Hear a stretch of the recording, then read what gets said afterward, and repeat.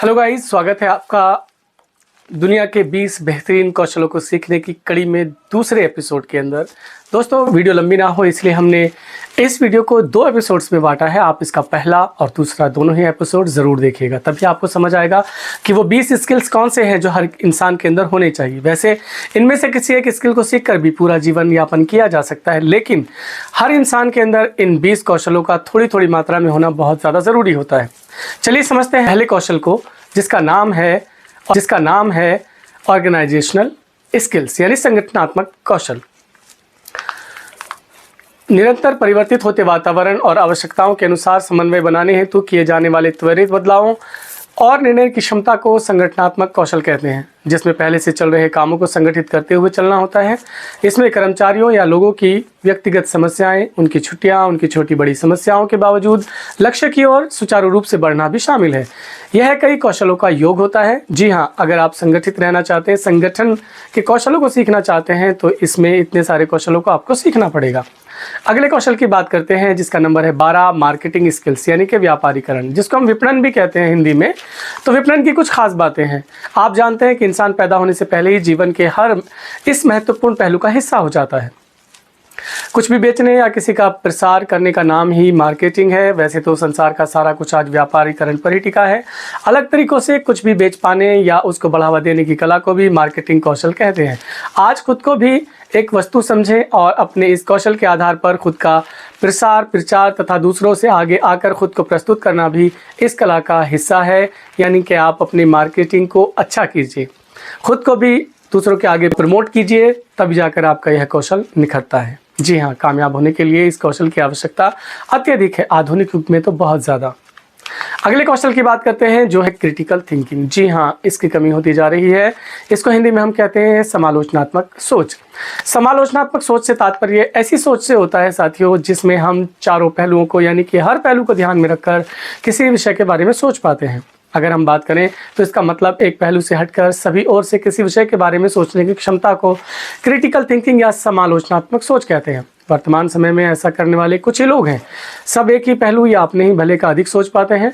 आप किसी बात के सभी पहलुओं को सोच पाते हैं, वह भी बिना किसी तरफ झुके हुए, तो आपको इस कला में सफलता मिलना निश्चित है। वैसे किसी भी तरफ झुके बिना खुद को तटस्थ रख पाना किसी के लिए भी मुश्किल काम होता है, लेकिन निरंतर अभ्यास से यह गुण आप में आ जाता है। कंपनियों या फिर संस्थानों में परिस्थितियों का आकलन करने के लिए इस कौशल का महत्वपूर्ण योगदान होता है। इसलिए यह कौशल भी सीखने का काम है तथा इससे आप खुद को दूसरों से अलग रखकर सफल हो सकते हैं। जी हाँ, यह कौशल धीरे धीरे आता है, नहीं तो हम समाज की किसी न किसी कुरीति में फंसकर ही सोचते हैं और हमारा निर्णय पहले से तय जैसा हो जाता है। क्रिटिकल थिंकिंग एक बहुत बड़ा स्किल है। इसे सीख लेने के बाद आप सबके सामने प्रस्तुत कर सकते हैं खुद को और आप दूसरों से जल्दी सफलता प्राप्त कर सकते हैं। अगले कौशल की बात करें तो डिसीजन मेकिंग उसका नाम है, यानी कि निर्णय लेना, निर्णय क्षमता। निर्णय लेने के विषय में किसे नहीं पता, लेकिन सही निर्णय लेना सबसे महत्वपूर्ण कौशल है। निर्णय के लिए अनुभव और ज्ञान का लंबा और बड़ा गठजोड़ होना चाहिए, साथ ही खुद अपना तजुर्बा किया हुआ होना चाहिए। निर्णय लेने के लिए मनुष्य में कई प्रकार की बातें एक साथ चलती रहती हैं, जैसे कि वातावरण, समय, क्षमता, उपयोगिता और सफलता आदि को ध्यान में रखकर ही अच्छे निर्णय किए जा सकते हैं। अगले कौशल की बात करते हैं तो वह है राइटिंग स्किल्स यानी कि लेखन कौशल। जी हाँ, लेखन कौशल की बात करें, सूचना का प्रभावी आदान प्रदान आपके लेखन कौशल पर निर्भर करता है। भले यह संचार माध्यम का हिस्सा है, किंतु लेखन कौशल को संवाद का प्रमुख माध्यम माना जाता है। इसको सॉफ्ट स्किल में रखा जाता है। अंततः सभी कार्यों का रखरखाव किसी न किसी रूप में लेखन पर ही निर्भर करता है। लेखन कौशल में निपुणता आपको ऑफिस और व्यक्तिगत जीवन में सफलता की गारंटी होती है। यदि आपका लेखन कौशल अच्छा है तो आपका मनोबल मजबूत रहेगा। थोड़ा थोड़ा लिखते रहने और निरंतर सुधार के माध्यम से आप खुद अपनी कमियों को दूर कर एक सफल लेखक बन सकते हैं और जीवन में कामयाबी हासिल कर सकते हैं। अगले कौशल की बात करें तो उसे कहते हैं कोलैबोरेशन यानी कि सहयोग करने का कौशल। जी हाँ, सहयोग करना समाज में बहुत ज़्यादा महत्वपूर्ण है। सहयोग की अगर हम बात करें तो आपसी सम्मान और सहायता करना एक बड़ी कला है। न तो सभी लोग दूसरों को बराबर सम्मान देते हैं और न ही सहायता, और न ही सब आपसे मदद या सम्मान की आशा करते हैं। इसके लिए आपको अपने अंदर गुणों का विकास करना होगा। दूसरों की ज़रूरतों को समझकर आप इस कौशल में सफल होकर सैकड़ों नहीं हज़ारों लोगों को से आगे जाकर खड़े हो सकते हैं। इस गुण से आप आपकी उत्पादन क्षमता बढ़ती है और समूह में कार्यकुशलता बढ़ती है, आपकी उपयोगिता भी बढ़ जाती है। जी हाँ, इसे कहते हैं आपका एक ऐसा कौशल जिसे सहयोग कौशल कहा जाता है, यानी कि सहयोग करने की उपयोगिता। अगला कौशल है इंटरपर्सनल यानी कम्युनिकेशन यानी कि अंतर्वैयक्तिक संवाद कौशल।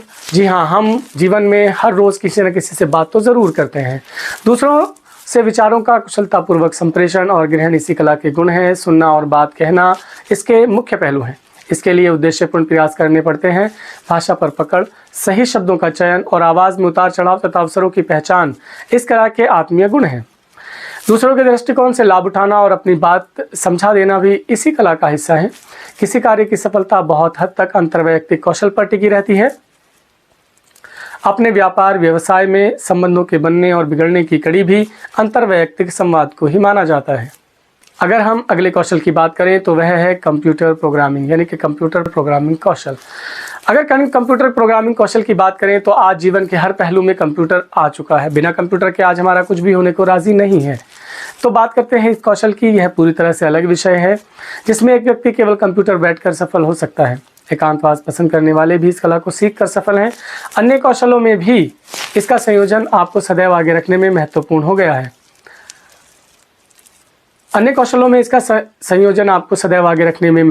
गया है। प्रत्येक कार्य में कंप्यूटर की जानकारी और उस पर कुछ काम कर पाना वास्तव में सफलता की गारंटी का बड़ा हिस्सा है। आज सबसे अधिक धनी लोग कंप्यूटर से जुड़े हुए हैं। अन्य कौशलों के साथ कंप्यूटर की थोड़ी बहुत जानकारी आपको दूसरे लोगों से अवश्य ही अलग रखती है, जिसमें भाषा तथा कुछ सामान्य प्रोग्रामों का उपयोग कर पाना शामिल है। जी हाँ, इन छोटे छोटे कौशलों को आप सीख लीजिए, दूसरों से आप आगे जाकर ज़रूर खड़े हो जाएंगे।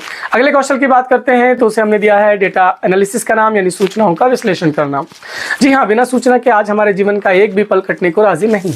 कोई इस बात से इनकार नहीं कर सकता है कि इतिहास और वर्तमान और सरकार तथा आम आदमी सभी सूचनाओं के विश्लेषण पर निर्भर है। सूचनाओं का आकलन जीवन का हिस्सा है। सूचना विश्लेषण में आज महत्वपूर्ण कोर्स किए जा रहे हैं, जबकि व्यक्तिगत स्तर पर व्यक्ति को जागरूक तथा सचेत रखने के लिए निर्णय क्षमता और कार्यकुशलता के लिए सूचनाओं का विश्लेषण आवश्यक है। उनके बिना हम सफल नहीं हो सकते। इसके बिना व्यक्तिगत तरक्की संभव नहीं है। किसी अच्छे व्यक्ति या टीचर के पास रहकर इस कौशल को सीखना निश्चित ही सफलता की गारंटी है। कोर्स कर लेना तो आपको सफलता दिलाएगा ही। और अब हम बढ़ते हैं अपने आखिरी कौशल की तरफ, जो है टेक्नोलॉजी। जी हाँ, टेक्नोलॉजी का ज्ञान आपको और लोगों से बहुत आगे रखता है। तकनीकी से तात्पर्य मशीनरी से है। प्रत्येक मशीन कई प्रकार की तकनीकी का योग है। आज मानव का एक पल भी तकनीकी से अछूता नहीं है। पेन से लेकर एरोप्लेन तक सब तकनीकी ही तो है। इस संबंध में इतिहास से वर्तमान तक की प्रभावशाली कलाओं का अध्ययन होता है। किसी एक या अनेक तकनीक का ज्ञान अर्जित करना सफलता निश्चित करता है।